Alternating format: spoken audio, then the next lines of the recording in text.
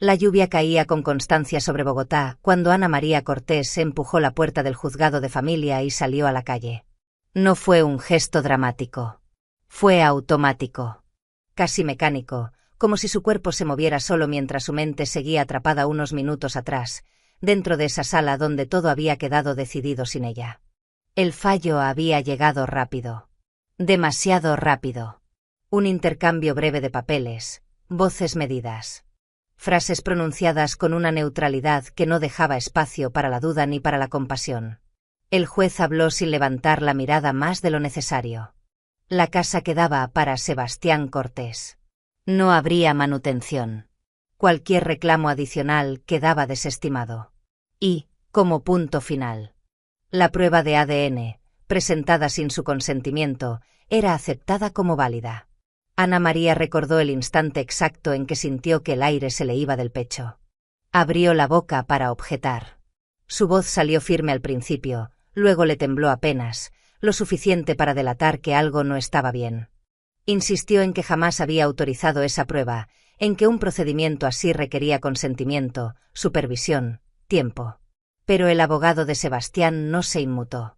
Ya tenía los documentos listos, las fechas alineadas, las firmas encajadas en un relato impecable.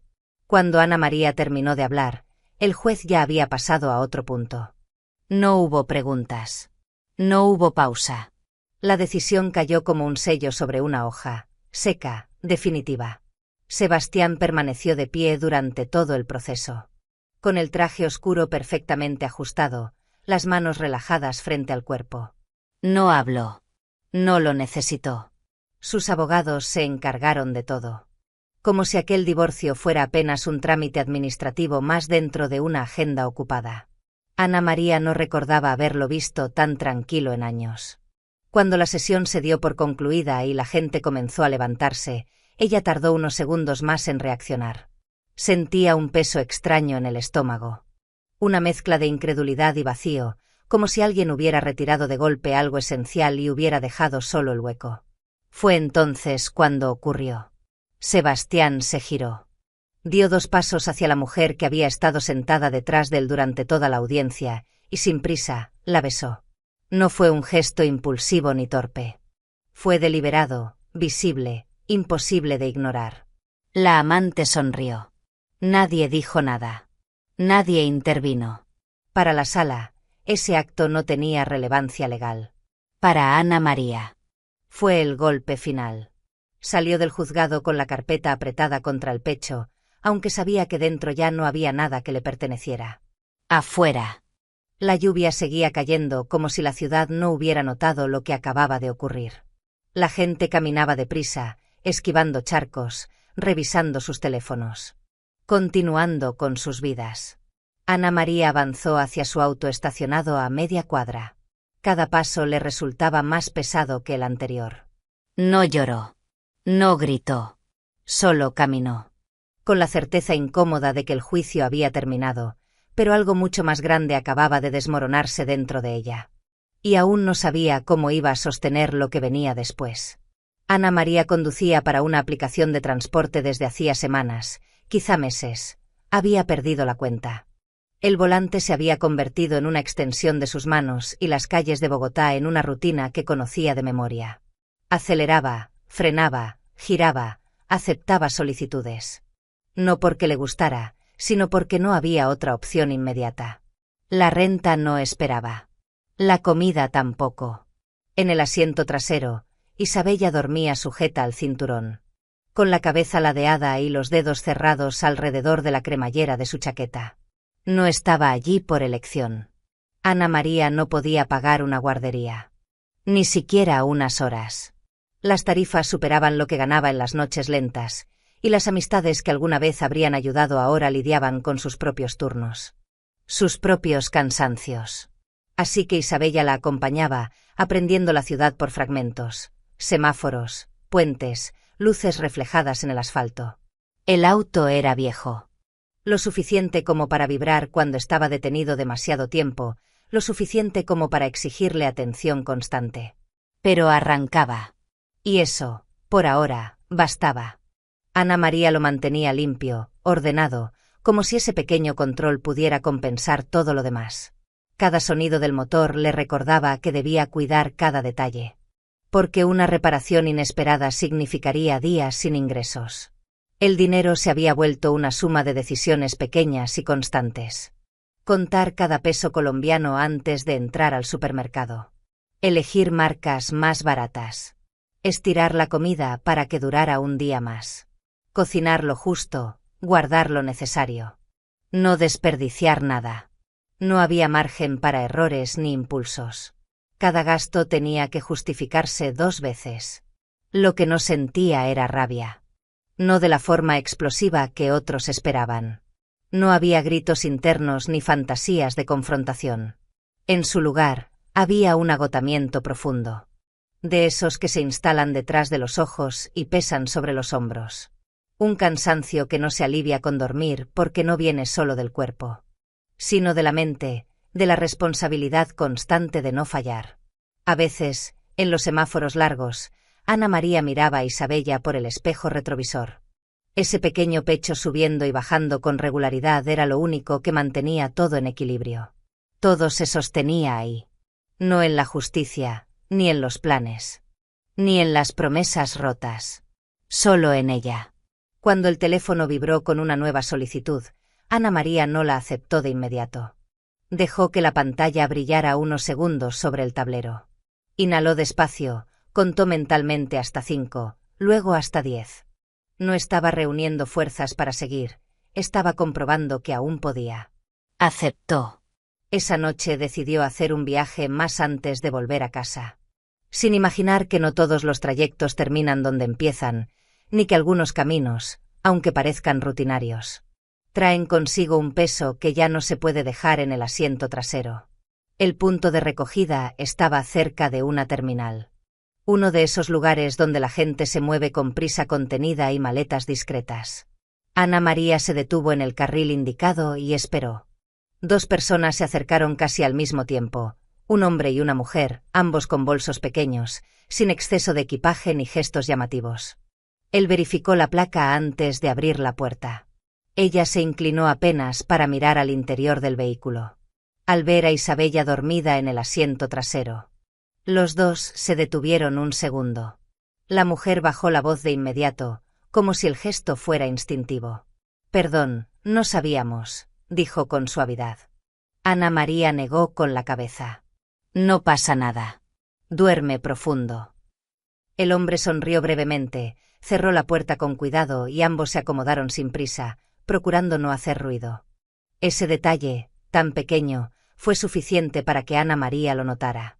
Había aprendido a reconocer a las personas que entendían que ese auto, por unas cuadras, no era solo un servicio, sino un espacio compartido. Encendió la direccional y se incorporó al tráfico sin decir nada más. La ciudad avanzaba como siempre después de la lluvia. El asfalto húmedo reflejaba las luces de los semáforos en líneas alargadas.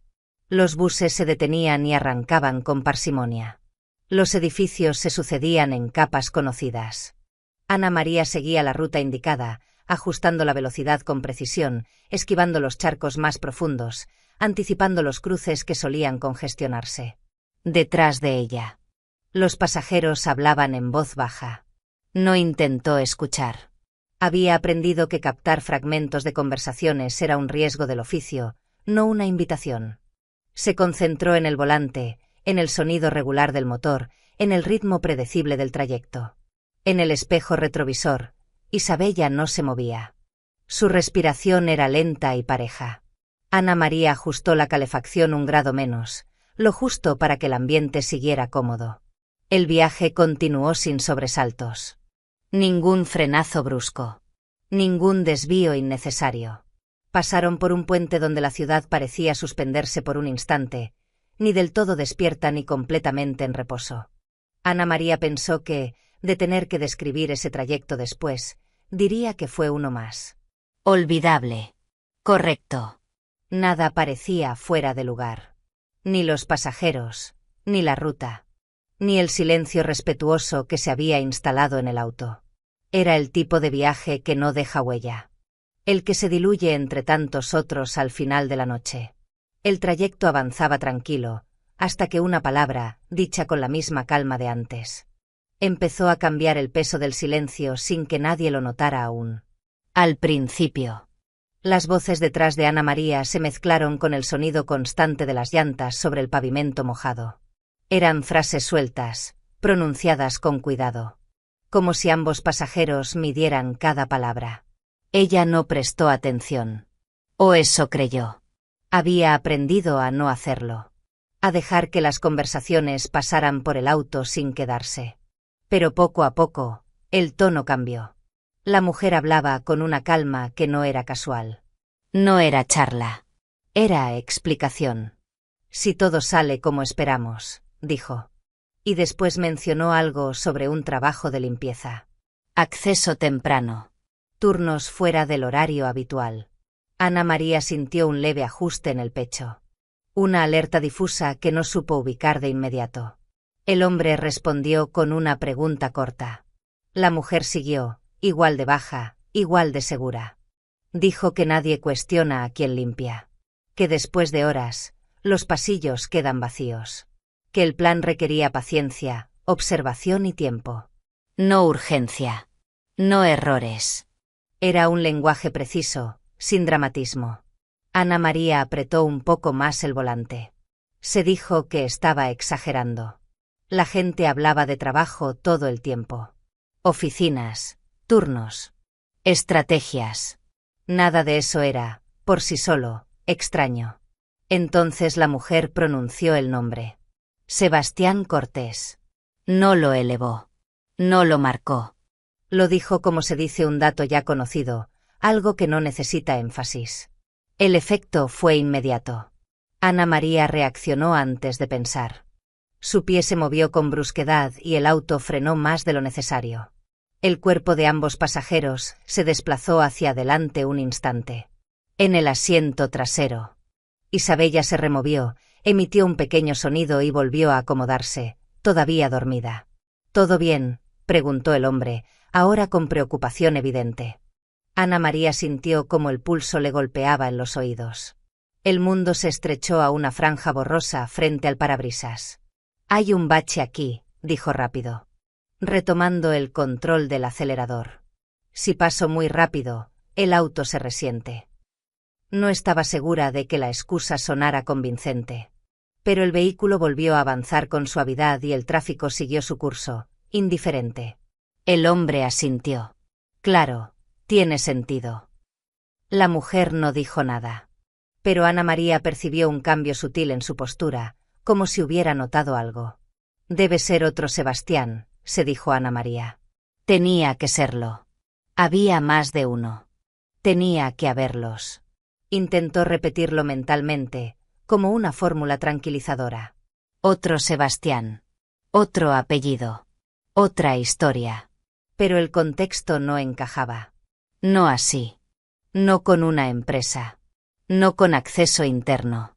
No con un plan descrito con esa seguridad. Las voces continuaron, ahora aún más bajas. Ana María solo captó fragmentos. Horarios. Observación. Esperar el momento adecuado. Nada ilegal, nada explícito. Y, sin embargo, cada palabra parecía reforzar la misma estructura, algo cuidadosamente preparado. Algo que no era improvisación. Ella mantuvo la mirada fija en la carretera. Sus manos estaban firmes, aunque sentía un calor incómodo subiéndole por el cuello. Pensó en la sala del juzgado, en el traje oscuro, en el beso deliberado. Pensó en la frialdad con la que todo había sido decidido. La coincidencia empezó a perder peso como explicación. El resto del trayecto transcurrió sin incidentes visibles. Nadie volvió a preguntar nada. Isabella siguió dormida. La ciudad avanzó igual que siempre. Pero Ana María sabía que algo había cambiado. Siguió conduciendo, cumpliendo cada señal, cada giro. Aunque el viaje ya no era el mismo para ella, y tampoco lo sería lo que vendría después. El recuerdo se le ordenó en la cabeza como una secuencia que, por primera vez, tenía sentido completo. Sebastián no siempre había sido el hombre que besó a otra mujer en una sala de audiencias. Al principio, había sido distinto. Ambicioso, sí. Pero también atento. Seguro de sí mismo. De esos que hablan del futuro como si lo tuvieran ya delineado en un cuaderno invisible. Ana María había creído en esa seguridad. Le había parecido estabilidad. Los primeros años estuvieron llenos de planes. Proyectos, reuniones, cenas rápidas que se enfriaban sobre la mesa mientras él contestaba llamadas. Es solo por ahora, decía. Luego todo se calma. Ella lo creyó porque quería creerlo. Porque, en ese momento, amar también significaba acompañar. Con el tiempo, las ausencias se hicieron más largas. No solo físicas. Sebastián estaba en casa, pero no estaba presente. Las conversaciones se volvieron funcionales, casi logísticas. Horarios. Pagos. Compromisos. El afecto se redujo a gestos breves, programados, como si también necesitaran aprobación previa. La frialdad no llegó de golpe. Se deslizó despacio. Normalizándose. Ana María aprendió a cenar sola sin preguntarse demasiado. A justificarlo frente a otros. A restarle importancia a la incomodidad que crecía en silencio. Cuando aparecieron los primeros indicios de infidelidad, mensajes tardíos, viajes que no cuadraban, cambios sutiles en su manera de mirarla, no hubo confrontación inmediata. Hubo espera. Negación. Esperanza. Cuando finalmente habló, Sebastián no se defendió. No lo negó. Lo explicó. Dijo que era algo que pasaba cuando las personas crecían en direcciones distintas. Que no había villanos. Que era natural. Usó palabras limpias para describir una traición que, para Ana María, había sido devastadora. No hubo culpa en su tono. Solo una aceptación práctica, casi empresarial. El divorcio siguió esa misma lógica. Sebastián actuó como si estuviera reestructurando una compañía. Reunió abogados, ordenó documentos, anticipó escenarios. Ana María entró al proceso creyendo que, al menos, los años compartidos tendrían algún peso. Que el apoyo dado, la vida construida, contarían para algo. Se equivocó. La prueba de ADN fue el golpe definitivo. No por lo que decía, sino por cómo fue utilizada. Introducida sin aviso. Sin consentimiento. Convertida en una herramienta para cerrar cualquier posibilidad de reclamo. En ese momento, Ana María entendió que no se trataba de ganar o perder. Se trataba de control. De asegurar resultados. De no dejar cabos sueltos. Mirándolo en retrospectiva. El patrón era claro. Sebastián no improvisaba. Calculaba. Avanzaba siempre con ventaja. Y, sobre todo, no sentía culpa. No porque no entendiera el daño, sino porque no lo consideraba relevante. Mientras conducía aquella noche, ese pasado dejó de ser solo un recuerdo doloroso. Se transformó en contexto. Recordarlo no dolía menos. Pero ahora encajaba con precisión inquietante con lo que había escuchado minutos antes, como si las piezas, al fin, hubieran decidido unirse. Paula Restrepo escuchó sin interrumpir. Tenía las manos rodeando una taza de café ya tibio y los codos apoyados en la mesa pequeña de la cocina. Afuera, Bogotá seguía húmeda. Con ese gris persistente que parecía quedarse incluso cuando dejaba de llover. Ana María habló de pie al principio, luego se sentó, volvió a levantarse. Como si el cuerpo no encontrara una posición cómoda para lo que estaba diciendo. Relató el viaje con precisión. El tono bajo de los pasajeros. Las palabras medidas. El plan descrito sin urgencia. Y, finalmente, el nombre. Paula frunció el ceño al escucharlo, pero no la interrumpió. Cuando Ana María terminó, hubo un silencio breve. No le debes nada, dijo Paula al fin, con calma firme. Nada. Él ya te quitó suficiente. Ana María bajó la mirada. Sus dedos trazaron una línea invisible sobre la superficie de la mesa, siguiendo una marca antigua en la madera. Sabía que Paula tenía razón. Sebastián no había mostrado compasión ni cautela cuando usó cada recurso legal a su alcance para dejarla sin nada. No había pausado por conciencia. No había dudado por ética. ¿Por qué tendría que hacerlo ella ahora? No es por él, respondió Ana María. No es para protegerlo. Paula suspiró y se recostó en la silla. Entonces, ¿para quién? Ana María tardó en contestar. Pensó en la forma en que la mujer del auto había hablado. En la certeza tranquila con la que había descrito el acceso, la espera. El tiempo. Pensó en lo que podría salir mal cuando los planes se ejecutan en silencio. Me preocupa que no sea solo dinero, dijo finalmente. Que alguien salga herido. Que esto cruce una línea. Paula negó con la cabeza. Estás suponiendo demasiado. Y aunque así fuera, no eres responsable. Tú no planeaste nada. Solo escuchaste algo por accidente. Ana María asintió despacio. Esa lógica era clara. Razonable. También era insuficiente. Se levantó y caminó hasta la ventana. Observó los autos pasar. Los reflejos de las luces alargándose sobre el asfalto mojado. La ciudad parecía distante, como si estuviera mirando una escena a través de un vidrio más grueso de lo habitual. Sigo pensando en el silencio, dijo. En lo que significa. Significa sobrevivir, replicó Paula. Significa no meterte en problemas que no te corresponden. Ana María apoyó la frente contra el vidrio frío. Pensó en Isabella. En la forma en que la niña la observaba cuando creía que no se daba cuenta. En lo que aprendería no por lo que se le dijera, sino por lo que viera hacer. Si algún día Isabella estuviera en una situación parecida, ¿qué esperaría Ana María que hiciera? Paula se acercó y se detuvo a su lado. No tienes que ser un ejemplo moral perfecto, dijo, más suave. Tienes que cuidarte. Ana María cerró los ojos. Sabía que aún no había tomado una decisión en voz alta. Pero algo se estaba acomodando por dentro, con una claridad incómoda. Entendió, entonces, que el silencio también era una elección, y no estaba segura de poder vivir con ella. Ana María esperó a que Isabella se quedara dormida antes de marcar el número. El apartamento estaba en silencio, un silencio frágil que solo aparece cuando el cansancio finalmente se impone. Se sentó a la mesa de la cocina con el teléfono frente a ella, como si mirarlo unos segundos más pudiera cambiar algo. No lo hizo. Presionó llamar antes de darse la oportunidad de arrepentirse. El tono sonó 2 veces. ¿Qué es ahora? Respondió Sebastián, irritado. Como si la interrupción fuera una molestia menor pero innecesaria. Si es por dinero, el juez fue muy claro. No es por eso, dijo Ana María. Su voz salió estable. Sin esfuerzo. Necesito que escuches. Sebastián soltó una risa breve, seca. Eso sí que es nuevo. Adelante. Ana María no alargó el momento. No dramatizó. No explicó emociones.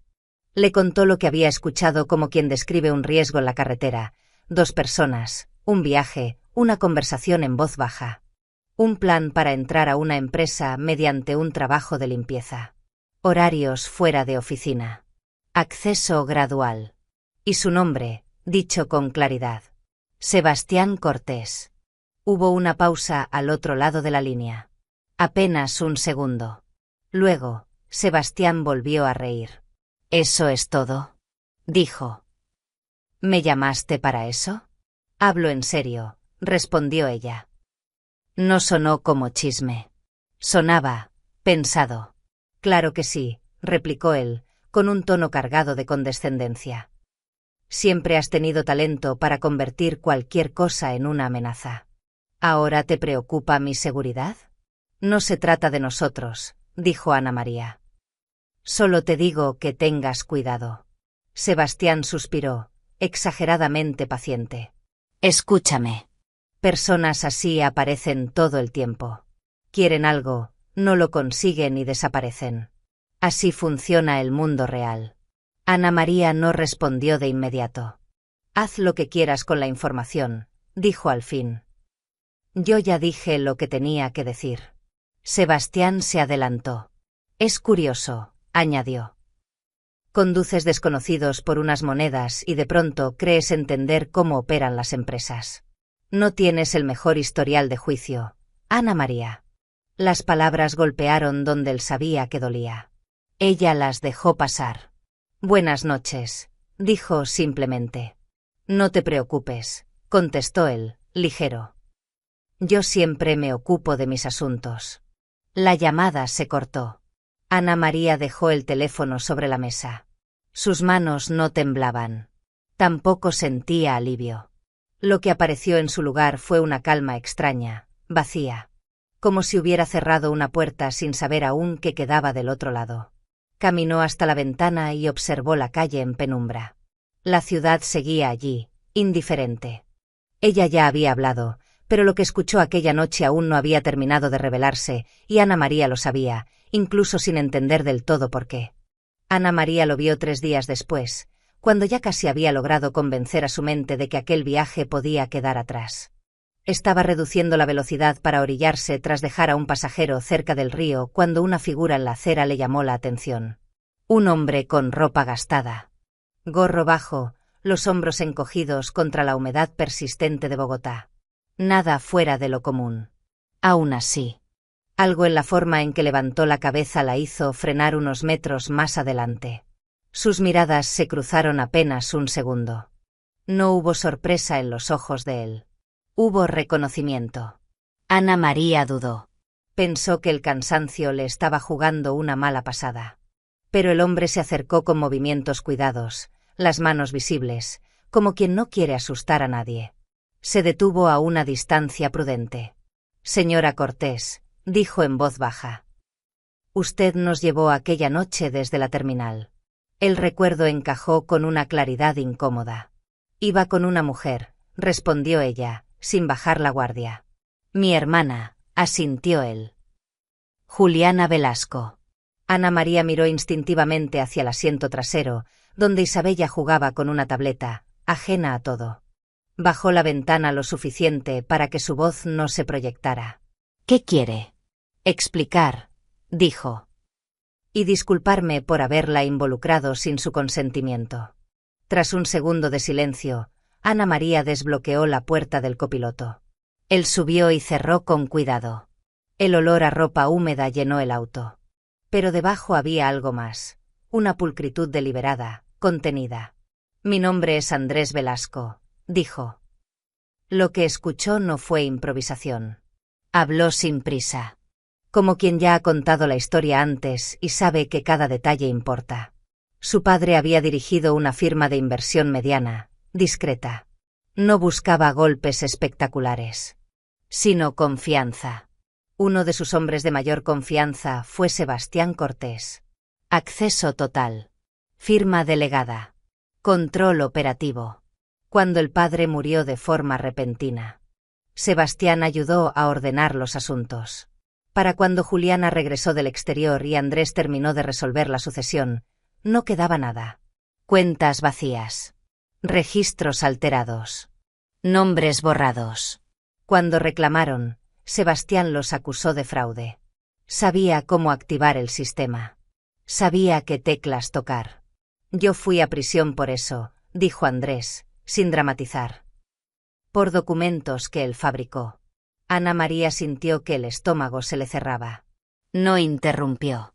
Juliana, explicó Andrés, no se fue. Cambió de nombre. Esperó. Aprendió cómo probar lo que todos negaban.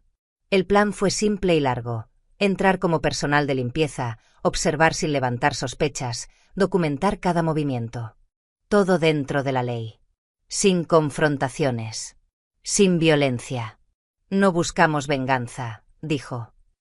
Solo evidencia. Que la verdad quede donde debe quedar. Ana María apoyó la espalda en el asiento. Pensó en el divorcio, en la prueba de ADN, en la precisión con la que Sebastián había cerrado cada salida. Comprendió, entonces, que su historia no era una excepción. Era una pieza más de un mecanismo que llevaba años funcionando. Lo llamé, dijo ella. Le advertí. Andrés esbozó una sonrisa breve. Sin alegría. No esperábamos que escuchara. Guardaron silencio unos segundos. Luego, Andrés abrió la puerta. No necesita hacer nada, añadió. Ya estamos casi al final. Cuando se bajó y se mezcló de nuevo con la ciudad, Ana María permaneció inmóvil. Isabella rió suavemente detrás de ella. La vida seguía. Pero ahora Ana María sabía que la historia de Sebastián no era un caso aislado, era un patrón a punto de cerrarse. Juliana Velasco se movía por la empresa con la exactitud de quien conoce el valor de no dejar huella. Llegaba temprano, se iba tarde y hablaba solo cuando era necesario. Su uniforme era siempre el mismo, limpio, discreto, fácil de olvidar. Nadie cuestionaba su presencia, ese era el punto. Aprendió rápido los ritmos del edificio. Los días en que los directivos salían a reuniones externas, las horas en que los pasillos quedaban vacíos. Los accesos que permanecían abiertos más tiempo del debido. Sebastián Cortés, por su parte, había comenzado a mostrarse distinto. Más impaciente. Más seguro de sí mismo. El éxito prolongado tiende a volver descuidados incluso a los más meticulosos. Delegaba menos. Confiaba más en su intuición y descartaba cualquier advertencia que no viniera acompañada de cifras favorables. Cuando Juliana se cruzaba con él, era solo para confirmar tareas. Su tono era neutro, su postura inofensiva. Sebastián no veía una amenaza, veía una función. Quien sí empezó a notar cambios fue Claudia Mejía. Había aprendido a leer los silencios de Sebastián, a detectar cuando algo no encajaba. Observó que él se quedaba más tiempo en la oficina, que llegaba a casa distraído. Que sus respuestas se volvían automáticas. Cuando mencionó a la nueva persona de limpieza, nadie importante, dijo, Claudia archivó el detalle. No era celos lo que sentía, era instinto de control. Actuó sin decirle nada. Instaló cámaras pequeñas, ocultas, en puntos estratégicos del despacho, el pasillo cercano. Los archivadores, el ángulo que daba al panel del fondo. Se convenció de que era una precaución. Lealtad, incluso. Durante días no vio nada. Juliana entraba y salía como siempre. Limpiaba, ordenaba, desaparecía. Hasta que una noche, el monitor mostró algo distinto. Juliana cerró la puerta del despacho con cuidado. Se detuvo un segundo, escuchó. Y avanzó hacia el fondo. Sacó un papel doblado, introdujo un código y el panel se abrió con un clic apenas audible. Claudia se inclinó hacia la pantalla. El pulso acelerado. Juliana revisó carpetas, fotografió documentos con calma quirúrgica, devolvió todo a su lugar y cerró. No dejó rastro. Claudia no dudó. Llamó a Sebastián y le exigió que regresara de inmediato. Cuando él llegó, la ira aún no había tomado forma, era concentración pura. Vieron las imágenes sin hablar. Sebastián cruzó los brazos, la mandíbula tensa. Por primera vez en días, parecía enfocado. La confrontación fue directa. Entraste a mi despacho, dijo Sebastián. Abriste un compartimento privado. Eso es robo. Juliana no se alteró. Sacó una carpeta del bolso y la colocó sobre la mesa. Antes de llamar a nadie, dijo, mire esto. Sebastián la abrió con desdén, que se evaporó en segundos. Estados de cuenta. Transferencias. Autorizaciones firmadas por él. Fechas que coincidían.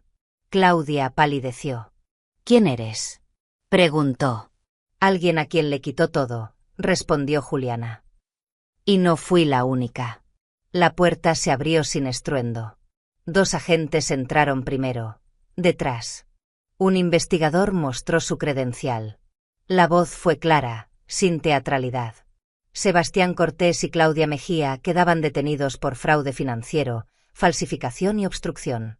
También por vigilancia ilegal. No hubo gritos. No hubo forcejeos.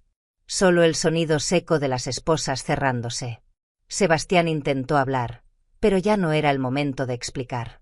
Mientras los conducían fuera, el edificio siguió en silencio, como si nada extraordinario hubiera ocurrido.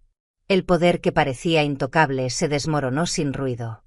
Las noticias llegaron una mañana gris, de esas en que Bogotá parece moverse con más lentitud.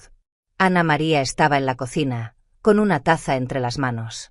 Cuando escuchó el nombre en la televisión. Sebastián Cortés había sido condenado por fraude financiero, falsificación y obstrucción. La voz del presentador era neutra, casi clínica.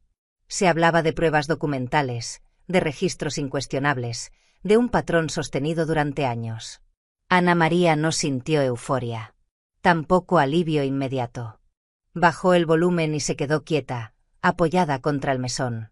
Lo que apareció fue algo más discreto, una liberación silenciosa. Como si un peso que había llevado demasiado tiempo se hubiera aflojado por fin. En las semanas siguientes, las consecuencias tomaron forma con la misma precisión con la que todo se había desmoronado. Llegaron llamadas, cartas, reuniones. Le explicaron los procedimientos sin rodeos, con un respeto que no había sentido antes. La casa fue devuelta. Ana María volvió a cruzar esa puerta una tarde, sola, con las llaves tibias en la palma. Nada había cambiado en la estructura, pero el espacio se sentía distinto. Recuperado. Hubo también una compensación económica. No borraba el desgaste ni los años de incertidumbre, pero devolvía estabilidad. Más adelante supo, por boca de un abogado, casi como un detalle menor, que Andrés Velasco había solicitado que su caso fuera revisado de manera independiente. Había aportado contexto, documentos, nombres. Se había asegurado de que su historia no quedara diluida entre otras. La vida no se transformó de golpe.